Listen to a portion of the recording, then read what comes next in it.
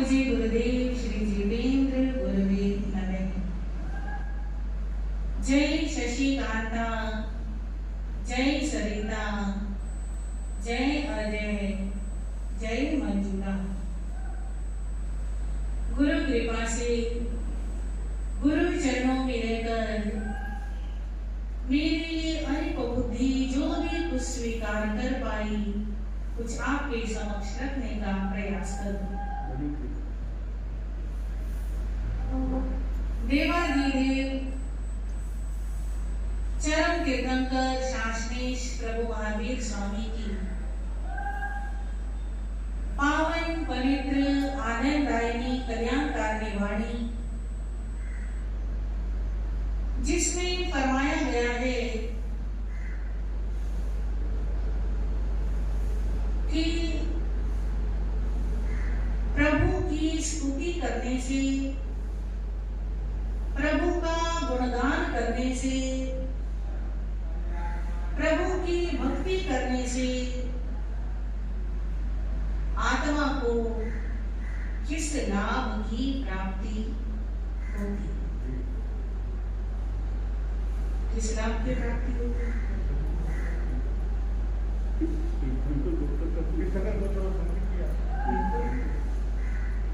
जिसकी हम स्तुति करते हैं, धीरे धीरे उसके समान बन जाते। अरिहंत परमात्मा की, शिव परमात्मा की, तीर्थंकर भगवंतों की स्तुति करने से, उनका गुणगान करने से, उनका ध्यान करने से हमारी आत्मा के अंदर ऐसी योग्यता पैदा होती है कि धीरे धीरे हमारे अंदर उनके गुण आने शुरू हो जाते हैं और हम उनके समान ही बन जाते। देखा जाए तो कितना आसान तरीका है। हाँ जी, कुछ मुश्किल है? नहीं, बता रहे। सबसे आसान, कुछ नहीं करना, प्रभु का हर समय मन में ध्यान, हर समय उनका गुणगान। उन्होंने क्या किया, क्या नहीं किया, उन्होंने क्या कहा, निरंतर वही ध्यान बना रहे तो आत्मा में परमात्मा बनने की शक्ति क्या हो जाती है?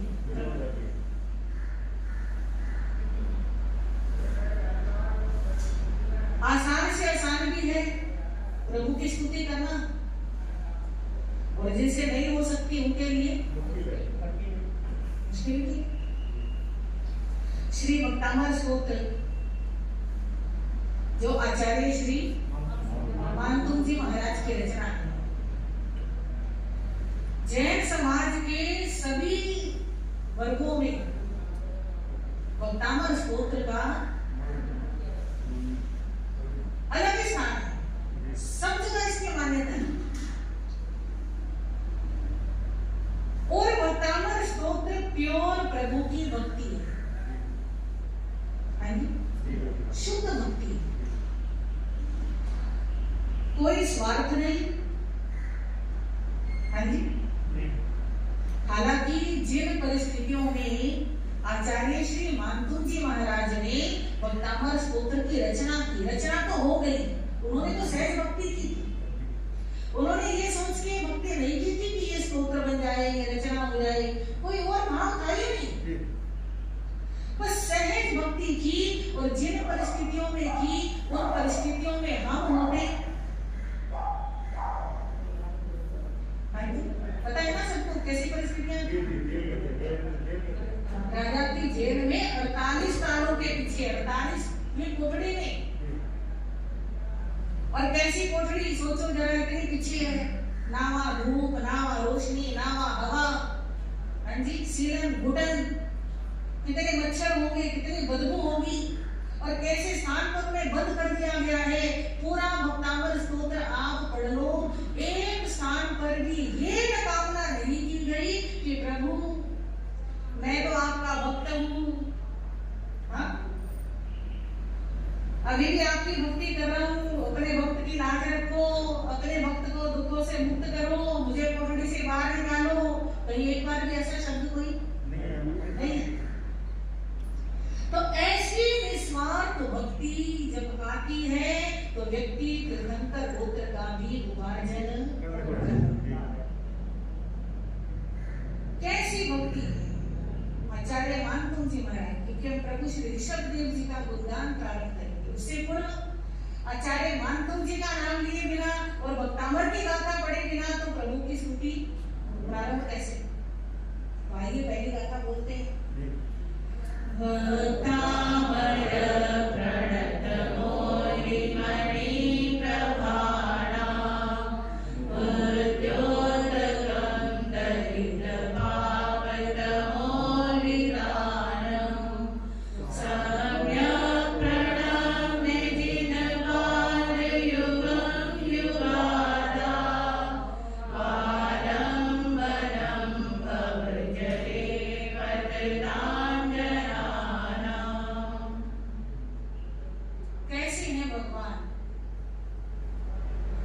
जिनके चरणों में स्वर्ग के देवी देवता भी जुड़े और उन देवी देवताओं के मुकुटों में जो मणियां लगी हुई हैं वो पहले से ही प्रकाशमान होती है। पर जब उन मणियों के ऊपर प्रभु के चरणों का प्रकाश पड़ता है तो वे और भी ज्यादा चमक को प्राप्त, क्योंकि जब तक प्रभु के चरणों में नहीं झुके तब तक उन मणियों का केवल भौतिक प्रकाश है। हाँ जी, द्रव्य प्रकाश है। पर जब उनके सिर श्रद्धा पूर्वक भगवान के चरणों में झुकते हैं तो अंदर की जो भक्ति होती है उसका प्रकाश भी क्या हो जाता है? सम्मिलित। ऐसे प्रभु ऋषभ देव भगवान जो संसार में छाए हुए पाप रूपी अंधकार को क्या कर देते हैं? खत्म कर देते। बाहर का अंधकार तो है जी, बाहर के प्रकाश से मिट सकता है, पर अंदर का अंधकार कितना ही प्रकाश कर लो बाहर का, अंदर का अंधकार मिटता नहीं। तो भगवान अंदर के अंधकार को, अज्ञान के अंधकार को, पाप के अंधकार को क्या कर देते हैं? नष्ट कर देते हैं। और भगवान के चरणों का जो आश्रय लेता है, भगवान के चरणों का जो आश्रय लेता है, आश्रय लेने का मतलब जो अपने हृदय के अंदर भगवान के चरणों को विराजमान रखता है, ऐसी आत्माओं के लिए भगवान जो संसार में डूब रही हैं उनके लिए क्या बन जाते हैं? सहारा बन जाते हैं, उनको तार देते हैं, उनका कल्याण कर देते हैं। और आचार्य श्री मानतुंग जी महाराज कहते हैं अगली गाथा में कि जिन भगवान की स्तुति देवताओं के गुरु बृहस्पति करते हैं, बृहस्पति के द्वारा भी जिनकी स्तुति नहीं हो सकती है और अलग अलग स्तोत्र रच के इंद्र आदि देवी देवता स्तुति करते हैं, मैं भी कोशिश करने लगा हूं कि मैं भी उनकी क्या कर सकूं? स्तुति कर सकूं। हालांकि मैं जानता हूं मेरे अंदर योग्यता नहीं है, पर जिसकी स्तुति कर रहा हूं वो अपने आप मेरे को शक्ति भी देंगे और मेरी स्तुति में प्रभाव भी पैदा करेंगे। तो बिल्कुल जैसे आचार्य श्री मानतुंग जी की भावना है, ऐसे ही मेरी भी भावना है कि हम भी प्रथम बार प्रभु ऋषभ देव जी का जीवन चरित्र, उनकी साधना की कथा, उनकी साधना की यात्रा सुनाने का प्रयास कर रहे हैं। अंदर काबिलियत कुछ भी नहीं है और वो भगवान अपने आप क्या देंगे? शक्ति देंगे। तो प्रभु चरणों में वंदन नमन करते हुए प्रभु श्री ऋषभ देव जी की गाथा हम आज प्रारंभ।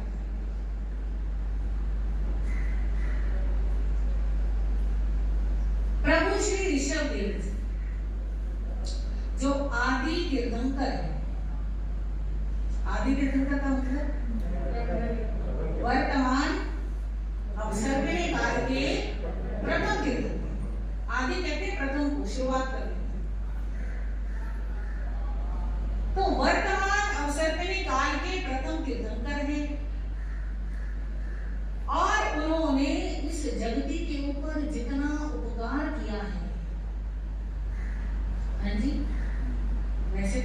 भगवंतों का, तीर्थंकर भगवंतों का उपकार होता है।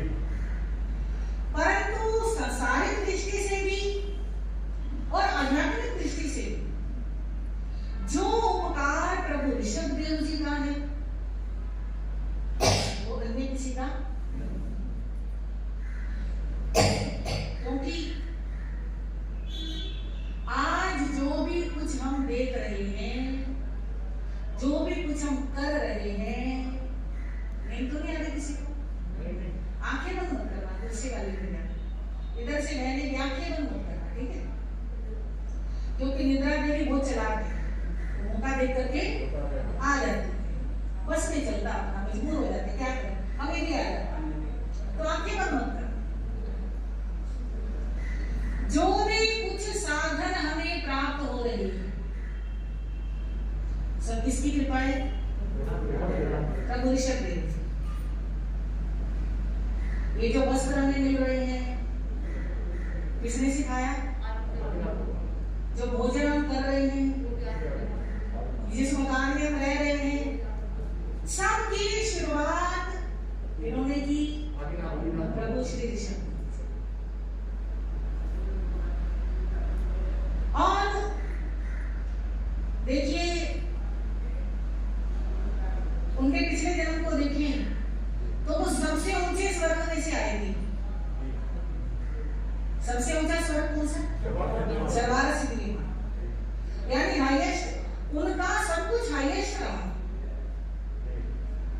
सर्वार सिद्धि मान से आए, सबसे बड़ी उनकी अवगाहना, सारे तीर्थंकरों में सबसे बड़ी अवगाहना, सबसे लंबी उनकी आयु, सबसे बड़ा उनका परिवार है ना, सबसे ज्यादा उनकी पीढ़ियां मोक्ष में गई, और सबसे ज्यादा समझ लो उन्होंने सुख भी देखे, और सबसे बड़ी तपस्या भी हुई। 400 दिन की तपस्या लगातार केवल उनकी थी। और सबसे पहले भी जो हुए तो समय की दृष्टि से देखा जाए तो हम गिन भी नहीं सकते, गिनती से बाहर समय है, कितने वर्ष उनको हो गए हैं जी। जैसे भगवान महावीर का पता है कितने वर्ष हुए, पार्श्वनाथ जी का पता है, गोरों का आइडिया लग जाता है, और ऋषभदेव जी के काल का भी कोई प्राग ऐतिहासिक काल। प्राग ऐतिहासिक काल का क्या मतलब होता है? कि जहां से हम इतिहास देखना शुरू करते हैं ना, उससे भी बहुत पहले का, प्राग यानी पहले का, ऐतिहासिक काल से भी पहले। तो ऐसे भगवान श्री ऋषभदेव जी जिनके हम पर पूरे संसार पर असीम उपकार है। और एक बात, क्योंकि वे युग पुरुष थे, आदि पुरुष थे, सब चीजों की शुरुआत उन्होंने की, इस कारण से आज जितने भी धर्म संप्रदाय नजर आते हैं, चाहे वो हिंदू हो, चाहे मुस्लिम हो, चाहे बौद्ध हो, चाहे ईसाई हो, कोई भी हो, दुनिया में किसी भी धर्म को देख लो, हर धर्म के अंदर भगवान श्री ऋषभदेव जी को किसी न किसी नाम से याद किया जाता है। सब मानते हो क्योंकि वो सबके दादा हैं, वो सब चीजें तो बाद में हुई। जैसे हमारे परदादा होते हैं ना, तो आगे चाहे कितने अलग अलग हो जाए पर परिवार एक ही होता है। ऐसे ही इस संसार में जितनी भी मनुष्य जाति है, उस सारी मनुष्य जाति के पूर्वज हैं। कहीं उन्हें आदम बाबा कहा जाता है, हमारे आदि तीर्थंकर कहते हैं, सब अलग अलग नाम है, सब ग्रंथों में दिए हुए हैं, कौन से धर्म में किस नाम से पुकारा जाता है। और ऐसे भी कहते हैं कि जो हमारे विशेष मान्य सनातन तीर्थ हैं, उन तीर्थों पर भी जो प्रतिमा है वो भगवान श्री ऋषभदेव जी की। हमने तो नहीं देखी पर ऐसे सुना है, जैसे बद्रीनाथ जी है, हाँ, तो नाम अलग है, पूजा की विधि अलग है, क्योंकि जिस तरह के लोग आराधना करेंगे उसी तरह की विधि से आराधना करेंगे, पर उनको जरूर माना जाता है। और ऋषभदेव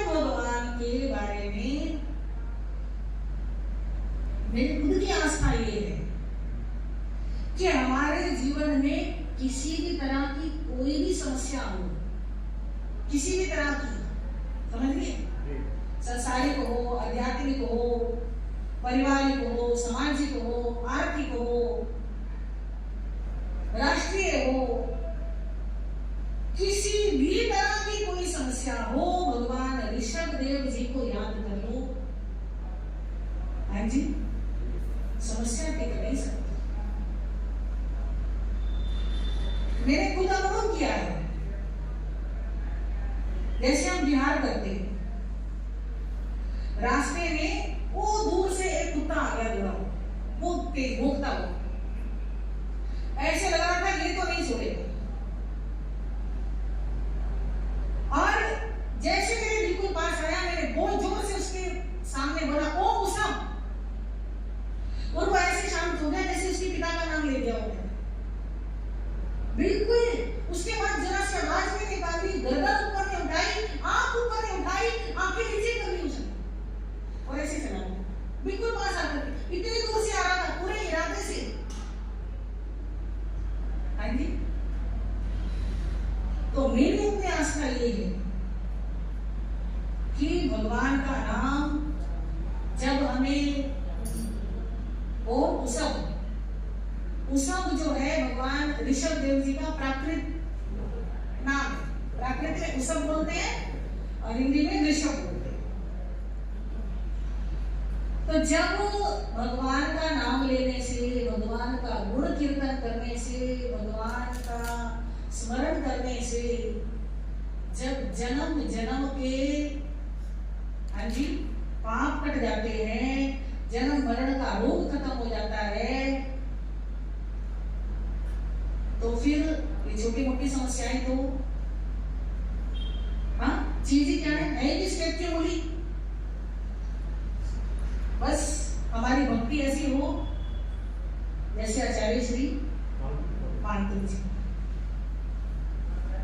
हम स्मरण रखे ना करें, और रख भी ले तो भी कोई बुराई नहीं, क्योंकि जिस समय जो समस्या आई होती है उस समय तो वही दिखती है। तीर्थंकर भगवान का और विशेष रूप से ऋषभ देव जी का, हम राजस्थान साइड बिहार करके आए ना, तो एक श्रावक जी आए थे मेरे पास। उन्होंने खुद मुझे बोला था कि ओम उसम की माला में, ओम उसम की माला में इतनी शक्ति है कि ये आग में भी बाग लगा सकती है। समझ आती बात?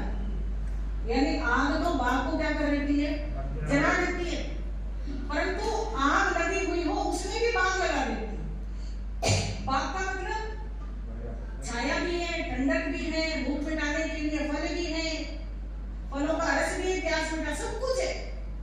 तो ओम उसम की माला में इतनी अधिक शक्ति है। बहुत सारे साधु साध्वी, ये तो मैं बचपन से सुनती आ रही हूँ कि जब भी कभी यूं लगे ना कि हम अंधेरे में हैं, डर लग रहा है, या अकेले हैं, डर लग रहा है, किसी भी तरह का कुछ भी ऐसे हो, ओम उसम बोलो।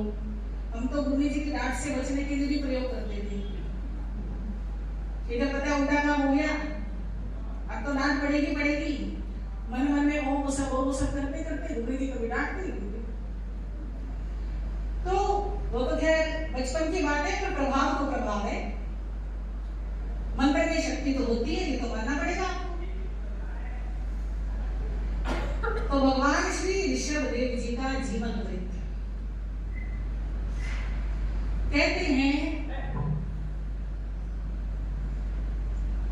कि ये आत्मा अनादि काल से संसार में भटक ही रही है।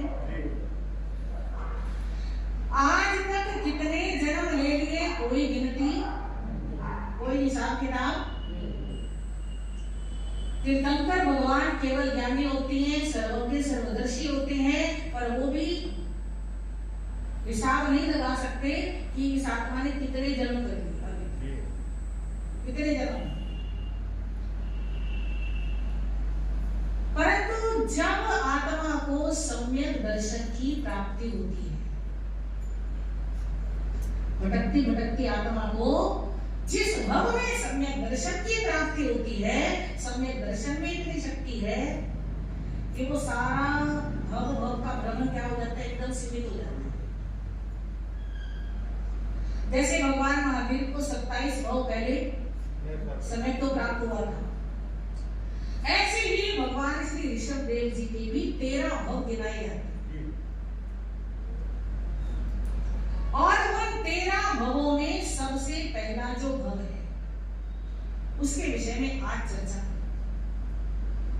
बहुत प्रेरणादायी है, शिक्षाप्रद है। अगर हम ग्रहण करें तो जैसे उन्होंने अपने पहले भव से यात्रा करी वैसे हम भी कर सकते हैं। पहले भव में उनका नाम था धन्ना। क्या नाम था? धन्ना। महाविद्य क्षेत्र में उनका जन्म हुआ था, पश्चिम महाविद्य क्षेत्र। बड़े संपन्न परिवार में जन्म हुआ था और वे अपने नगर में, अपने समाज में इतने प्रतिष्ठित थे कि उनको सब व्यापारियों ने अपना नेता बना रखा। यानी किसी को व्यापार की कोई भी दिक्कत हो सब उनसे सलाह भी लेते, उनसे सहयोग भी लेते और उनका मार्गदर्शन भी। एक बार व्यापारियों के नेता उस धन्ना सातवाह कहते थे। सातवाह इसलिए कहते थे कि धन्ना जब भी व्यापार करने के लिए विदेश जाते थे तो अकेले नहीं जाते थे। वे क्या करते थे, पूरे नगर में घोषणा करते कि मेरे को व्यापार करने के लिए उस नगर में जाना है। अगर किसी की भी इच्छा हो व्यापार करने के लिए उस नगर में जाने की तो मेरे साथ चलो, मैं हर तरह से सहयोग प्रदान करूंगा। रास्ते की सुरक्षा, क्योंकि जंगल होते थे बड़े बड़े, नदियां आती थी, पहाड़ भी आ जाते थे, हिंसक जानवरों का भी भय होता था, चोर डाकुओं का, लुटेरों का भी भय होता था। तो रास्ते की सुरक्षा मैं प्रदान करूंगा, रास्ते की भोजन सामग्री की व्यवस्था मैं करूंगा, किसी को स्वास्थ्य से संबंधित दिक्कत हो तो मैं इलाज की व्यवस्था करूंगा, और किसी की इच्छा है व्यापार करने की पर पूंजी नहीं है तो मैं पूंजी भी दे दूंगा। अब इतना कोई सहयोग करने वाला मिल जाए तो जिसके भी मन में दबी हुई इच्छा है मैं भी व्यापार करूं, मैं भी अपना भाग्य आजमाऊं, वो भी क्या हो जाता था, तैयार हो जाता था। तो ऐसे बड़े बड़े काफिले लेकर के जाया करते थे व्यापार। दोनों तरफ का फायदा हो जाता था, स्वयं को भी सुरक्षा मिल जाती थी, क्योंकि जब इतने बड़ी संख्या में लोग जा रहे हैं तो जल्दी से किसी की हिम्मत नहीं होती थी, जानवर भी दूर रहते थे। अपनी भी सुरक्षा और दूसरे की, ये तो स्वाभाविक ही है, जो दोगे वो मिलेगा, सहयोग देंगे तो सहयोग अपने आप मिल जाता है। तो ऐसे धन्ना सार्थवाह, सार्थ कहते हैं ग्रुप को, काफिले को, और वाह कहते हैं उसके वाहक को। तो ऐसे काफिले लेकर के जाता था, इसलिए सार्थवाह बोलते हैं। घोषणा कराई एक बार कि मुझे बसंतपुर नगर में जाना है, जिसकी भी इच्छा हो वो सारी बातें उन्होंने घोषित करवाई। सैकड़ों लोग तैयार हो गए जाने के लिए, और उस नगरी के अंदर एक धर्म घोष नाम के आचार्य जी, उनके मन में भी भाव था कि मैं उधर की तरफ के नगरों में क्या करूं, विचरण करूं, उधर भी धर्म सुनाऊं, धर्म का प्रचार करूं। पर जाने की हिम्मत इसलिए नहीं हो रही थी कि रास्ते में बहुत बड़ा जंगल था, महीनों लग जाते थे पार करने। जब ये घोषणा सुनी तो आचार्य जी ने भी धन्ना सार्थवाह से मिल करके उनसे बात की कि हमारी भी भावना है कि धर्म प्रचार के लिए हम भी कहाँ जाए, बसंतपुर। नाम याद रखना क्योंकि हमने पेपर लेने आपके। हाँ, सिलेबस हमने फोटोस्टेट करा दिया है, उसमें भी ये सारे आंसर मिलेंगे। और जो यहाँ पे सुन लोगे ना, एक लिंक बन जाता है कहानी का, तो आपको याद करना इजी हो जाएगा। तो कहाँ जाना है? बसंत। तो वो सार्थवा तो बड़ा खुश हो गया, और क्या चाहिए? संतों का सानिध्य भी मिलेगा, आशीर्वाद भी मिलेगा, सेवा का मौका भी मिलेगा। हालांकि धन्ना सार्थवा जन्म से जैन, उसे साधुओं की कोई विधि नहीं पता, पर उसके मन में सहज श्रद्धा थी कि संत है तो हमारे आदरणीय है। बहुत सारे लोग ऐसे होते हैं, उन्हें किसी संप्रदाय से कुछ लेना देना नहीं होता, बस संत है तो हाथ जोड़ने, संत है तो सिर झुकाना है, संत है तो चलते चलते भी प्रणाम करना है। और कहीं उनके यहाँ पहुंच जाए तो आओ पधारो विराजो। हम इधर की तरफ विचरण करके आए, राजस्थान एमपी की साइड, अपना कमरा खाली कर देते, हाँ जी ठहरो, भोजन करो, सब खूब सेवा करते।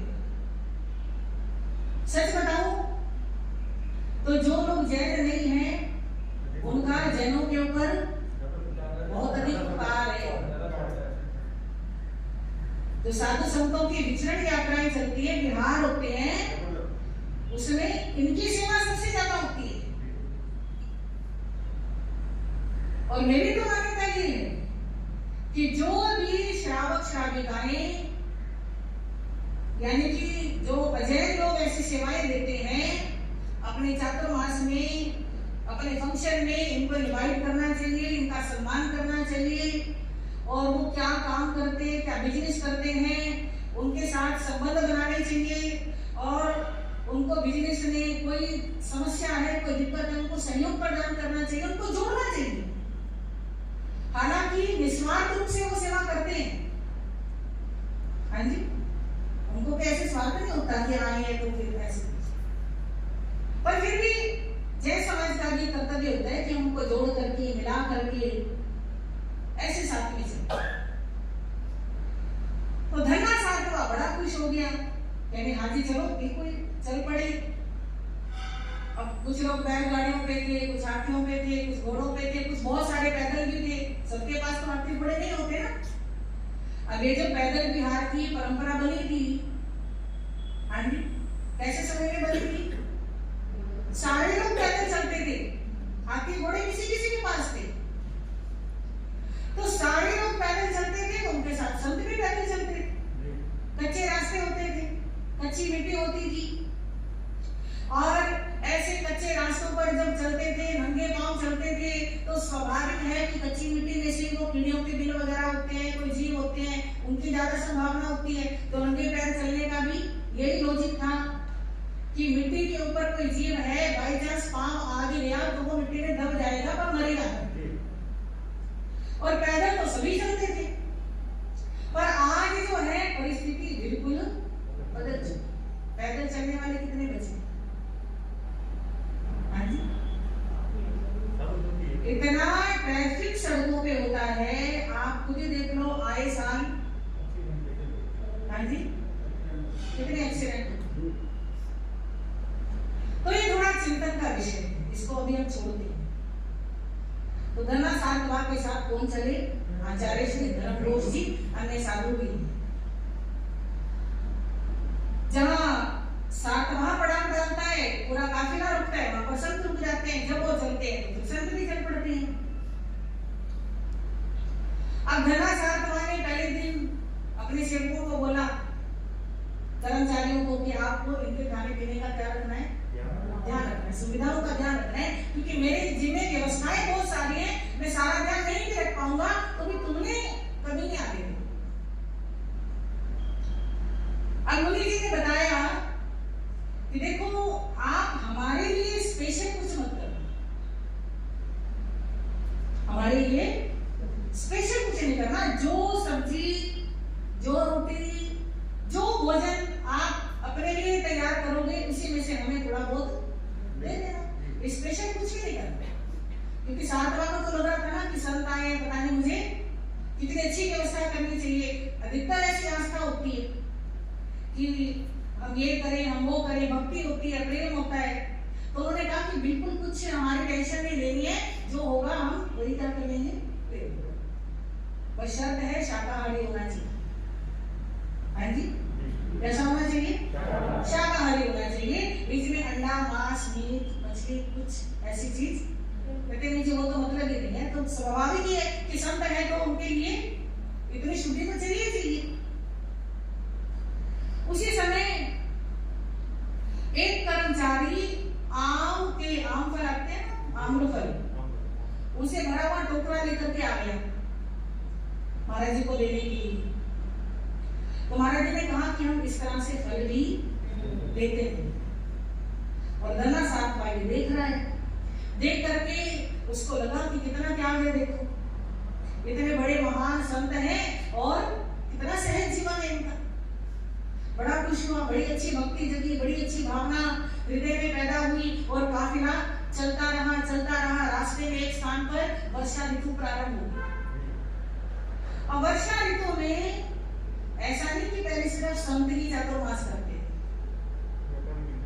व्यापारियों के भी, क्योंकि कच्चे रास्ते होते थे, कहीं बरसाती नाले होते थे, कहीं नदियों में पानी बढ़ जाता था, तो आगे काफिला चलना मुश्किल हो जाता था। तो जहां होते थे वहीं व्यापारी भी रुक जाते थे। अब सब व्यापारी भी रुके हैं और संत भी एक जगह गुफा में कोई स्थान देख करके वो भी रुके हुए हैं और व्यवस्थाएं सारी चल रही हैं। कुछ ऐसी घटना घटी कि उस साल कुछ ज्यादा वर्षा लंबे समय तक। जैसे अक्सर तो सावन भादो 2 महीने होती है, बाद के 2 महीने नहीं होती। रुक इसलिए जाते हैं कि उस मौसम में जो जीव पैदा हुए हैं, हाँ जी, वो सड़क पे निकल करके आते हैं, क्योंकि बारिश का पानी उनके दिलों में चला जाता है। वो सड़क पे आते हैं तो पाँव के नीचे आने से वो मरेंगे, तो रुक इसलिए जाते हैं 2 महीने और बाद। पर उस महीने ज्यादा समय तक बारिश हो गई और हुआ क्या कि जितना वो राशन पानी खाद्य सामग्री लेकर के आए थे वो खत्म। जब तक थी तब तक तो सबका चलता रहा, मुझे को भी आहार मिलता रहा। पर जब खाद्य सामग्री खत्म हो गई तो लोग तो क्या करते हैं, वो तो खुले हैं ना, उनके तो नियम नहीं है। वो तो फलों से, वृक्षों से फल ले आते हैं, जहां जैसे जो व्यवस्था बने वो कर लेते हैं। परंतु संतों को शुद्ध प्राप्त भोजन मिलने क्या हो गई, मुश्किल हो गई। अब मुश्किल हो गई तो कोई बात नहीं, उपवास कर लिया। 1 दिन का उपवास हो गया, 2 दिन का हो गया, 3 दिन का हो गया। अब कितने उपवास हुए ये कोई संख्या नहीं दी, पर जो भी हुआ उनको भोजन कुछ दिनों तक प्राप्त नहीं हुआ। और एक दिन धन्ना सातवां, क्योंकि खाद्य सामग्री जब थी नहीं थी तो उसको भी नहीं मिलती थी, तो आम जब उसके सामने आया खाने के लिए, जब आम उसके सामने आया तो आम देखते ही उसको महाराज याद आ गए, क्योंकि उनके सामने आम की घटना हुई, उन्होंने आम, तो आम देखते वो याद आए कि अरे हम तो खा रहे हैं पर वो क्या कर रहे हैं, तो बड़ी भारी भूल हो गई। मुझे कुछ व्यवस्था करनी चाहिए थी, मुझे कुछ ध्यान रखना चाहिए था। क्या हो गया भैया, आवाज चली। तो तुरंत उसने अपना भोजन छोड़ा और भोजन छोड़ करके मुनि जी के पास गया, जाकर के क्षमा याचना की। हमसे तो बहुत भारी भूल हो गई कि हमने चाहे थोड़ा खाया चाहे ज्यादा खाया, जो भी कुछ किया हमने खाया तो है ना, आपने तो कुछ लिया नहीं। तो आप कृपा करो अब मेरे यहाँ पर पधारो, क्योंकि अलग अलग स्थान पे बड़ा बड़ा काफिला था, तो जहाँ पर भी उनका टेंट तंबू डेरा था वहां पर उनको लेकर के आते हैं और ला करके बड़ी श्रद्धा के साथ, भक्ति के साथ मुनि जी के पात्रे में घी का दान,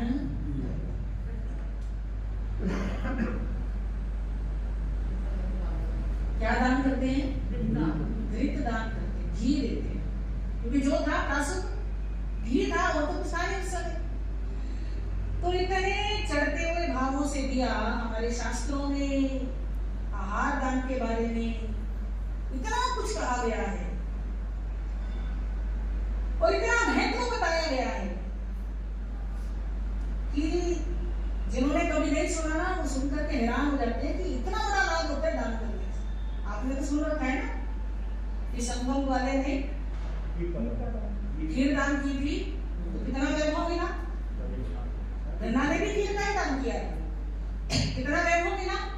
सुबाहु कुमार ने, सुबाहु कुमार याद है कौन है सुबाहु कुमार?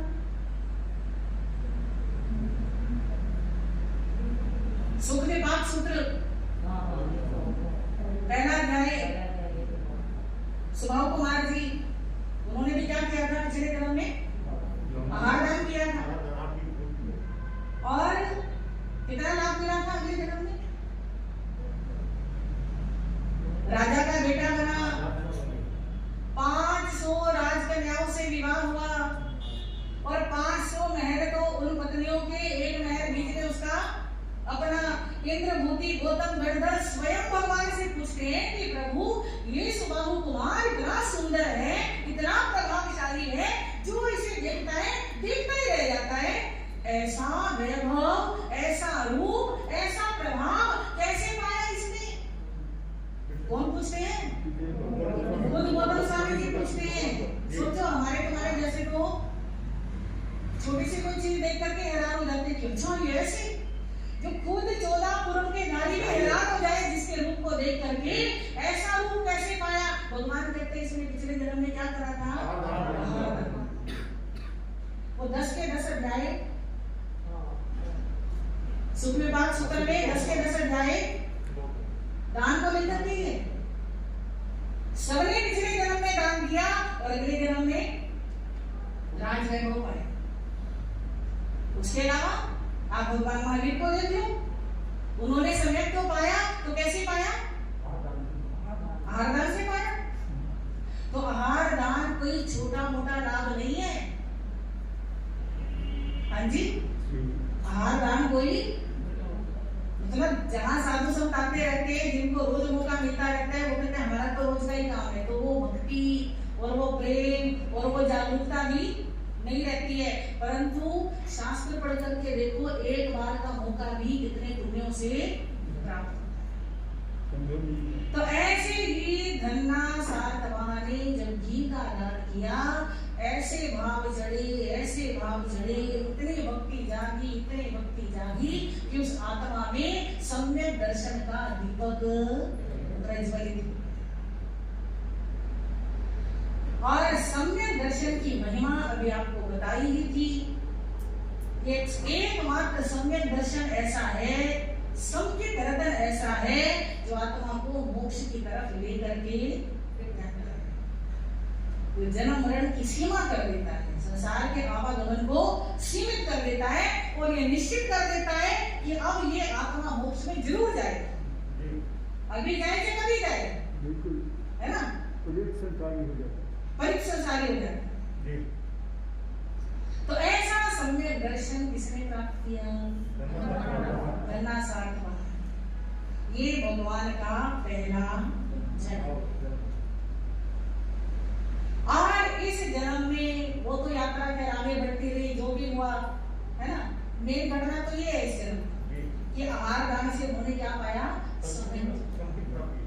फिर काफी समय तक अपना लंबा आयुष्य भोगा, जो भी कुछ किया। आयु पूरी होने के बाद वहां से शरीर छोड़ करके उन्होंने दूसरा जन्म इसलिए कह रहे हैं सम्यक दर्शन धन्ना सातवां के भोग में प्राप्त हुआ, वो पहला भोग था और इसको हम दूसरा भोग कह रहे हैं। दूसरा जन्म उन्होंने लिया उत्तर कुरु नामक अकर्म भूमि में। कहां पर? उत्तर कुरु नामक अकर्म भूमि में। अब कर्म भूमि क्या होता है और अकर्म भूमि क्या होता है?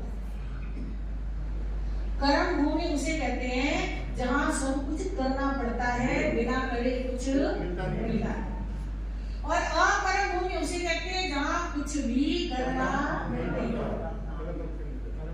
वर्षों से सब कुछ। पहला दूसरा, हाँ जी, पहला दूसरा तीसरा, तीसरे के एंड में अकर्म भूमि से कर्म भूमि शुरू। और उत्तर गुरु जो है उस अकर्म भूमि में पहले आर्य के समान वातावरण रहता है हमेशा। पहला आर्य कौन सा है? सुकमा। सुकमा नाम से पता चल रहा है कि सुख और फिर सुख, सुकमा सुकमा। शास्त्रों में ऐसे कहा गया है उस आर्य में जो पैदा होता है, दुख तो समझ लो नाम मात्र का भी होता है, नाम ही सुख है। जोड़े से पैदा होते हैं, एक लड़का। अरे आज के टाइम में कैसी समस्या होती है, एक ही नहीं होता, होएगा तो पता नहीं लड़का होएगा कि पता नहीं लड़की होएगी, कोई लड़का चाहता है कोई लड़की चाहता है, वो भी जन्म देना बड़ा मुश्किल है। पैदा होने से पहले ही बड़ी डॉक्टरों के चक्कर खाने, दवाइयां लेनी, पैदा होने के बाद फिर कितने इंजेक्शन, कितना स्वस्थ हो जाए तो पुण्य की बात है। वो जमाना युगल पैदा होता था बिल्कुल सुखपूर्वक, और जो माता पिता होते थे उनको अपनी संतान के पालन पोषण के लिए कोई परिश्रम नहीं करना पड़ता, कोई उनके पालन पोषण के लिए ज्यादा दिन वो जीवित नहीं रहते थे। जीवित रहेंगे तो संतान में मोह पड़ेगा, मोह पड़ेगा तो दुख होएगा। तो वो तो पहले आर्य में यानी कि सुकमा आर्य में या उत्तर गुरु अकर्म भूमि के अंदर कितने दिन की मर्यादा है? 49 डेज। हाँ, 49 दिन पहले अपनी मृत्यु से 49 डेज अब वो क्या करते हैं, युगल को जन्म देते हैं। केवल 49 डेज वो जीवित रहते हैं, उसमें वो बच्चे को खिला ले, पाल ले, कुछ भी कर ले, और 49 डेज बाद उनको क्या होता है, एक को हिचकी आ गई, एक को जपाई आ गई, और बस प्राण निकल गए। और निकल करके कहाँ गए? देवलोक। यहाँ पर भी 3 प्रयोगों की आयु, और देवलोक में भी 3 प्रयोगों की आयु। जितने आयु यहाँ युगल की होती है ना, उतनी ही उनको देवलोक में मिलती है, उससे कम या ज्यादा नहीं। 3 प्रयोगों कितनी बड़ी आयु। हमारे तो ले दे करके आजकल तो 80-90, कोई 100 है ना, उसमें भी कितने झंझट। और वो कितनी आयु? प्रयोगों, हाँ 3 प्रयोगों। तो बड़ा लंबा चौड़ा हिसाब किताब है, बताने बैठेंगे तो बहुत टाइम लग जाएगा, बहुत लंबा चौड़ा। तो ऐसे उत्तर गुरु अकर्म भूमि में जन्म हुआ किनका? धर्मासार। कहते हैं परम संतोषी स्वभाव होता है, ना किसी से कुछ लेना, ना किसी को कुछ देना। हाँ जी, ना कोई रिश्ते, ना कोई मोह, ना कोई राग, ना कोई द्वेष, ना कोई संग्रह की वृत्ति, क्योंकि जरूरतें होती हैं थोड़ी और मार होता है ज्यादा। 3 दिन के बाद 1 दिन भूख लगती है, और आहार कितना करते हैं? अरहर की दाल के 1 दाने जितना, इतना आहार किया। कितने ताकत होती है उसमें कि उसके बाद 3 दिन तक भूख ही नहीं लगेगी। तो आहार जरूरत तो सिर्फ इतनी सी, और पेड़ के पेड़ लगे रहते हैं। कहते हैं उस समय की जो मिट्टी होती है ना, मिट्टी देखो आजकल के छोटे बच्चे जो होते हैं वो मिट्टी खाते हैं, है ना, आपने भी खाई होगी बचपन में, स्लेटी खाई होगी, मिट्टी है ना, जिससे स्लेट पे लिखते हैं। तो कुछ ना कुछ तो है ही उस काल से हमारा जुड़ा हुआ। उस काल में कहते हैं जो मिट्टी होती थी, मिट्टी खाते थे, उसका स्वाद भी मिश्री जैसा होता। तो ऐसे सुख वाले स्थान पर जिनका जन्म हुआ, धर्मासार हुआ। किसके प्रभाव से? आहार दान के प्रभाव से। तो आहार दान देकर सम्यक हो पाया, अगले जन्म में युगलिक बने, और उससे अगले जन्म में प्रथम देवलोक में सो धर्म देव लोक में वो क्या बने, देवता बने। कितनी आयु वाले, 3 कलियों को किया। अब आगे क्या वर्णन आएगा, अगले भाव की चर्चा जैसा अवसर होगा करने का प्रयास करेंगे। आप सब आए, आपको बहुत बहुत धन्यवाद। जितने संख्या में आए हो कोशिश करना कल इससे डबल तो, हाँ जी, इससे डबल तो हो ही जाना। तो अपने